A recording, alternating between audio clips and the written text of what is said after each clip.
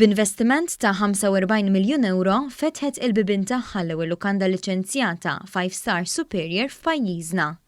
Meta l-Awtorità Maltija ta' Turiżmu kienet qed tagħmel l-ispezzjonijiet tagħha, il-lukanda Hyatt Regency superat mhux bi ftit il-livell meħtieġ biex topera bħala lukanda ta' 5 u għaldaqstant ingħatat ċertifikat biex tibda topera fi klassi ogħla bħala lukanda ta' 5 superjuri. Din il-lukanda f'Bay Street għandha madwar 150 kamra u diġà impjegat aktar minn 100 ħaddiem. Albert Gallia, l-kap eżekuttiv tal-Grupp Bay Street li amministra wkoll lukanda oħra fl-istess kumpless, irrimarka li mirftuħ mill-ġdid tal-lukanda mindu tnaqsu restrizzjonijiet kien hemm okkupanza medja ta' madwar 68% u dan jawgura tajjeb għall-futur tal-lukanda l-ġdida. Illum konna onorati bil-preżenza tal-Ministru li tatna ċertifikat tal-ewwel 5-star Superior Hotel.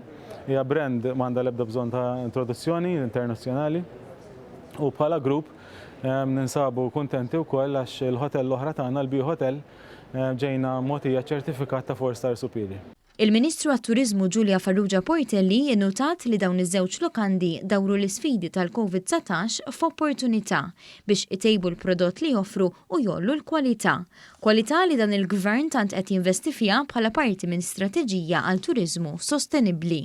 L-investituri għarfu illi il-turizmu tajjeb li wieħed jinvesti fih u li x-xenarji huma pożittivi biex nattiraw ukoll turizmu ta' kwalità lejn pajjiżna.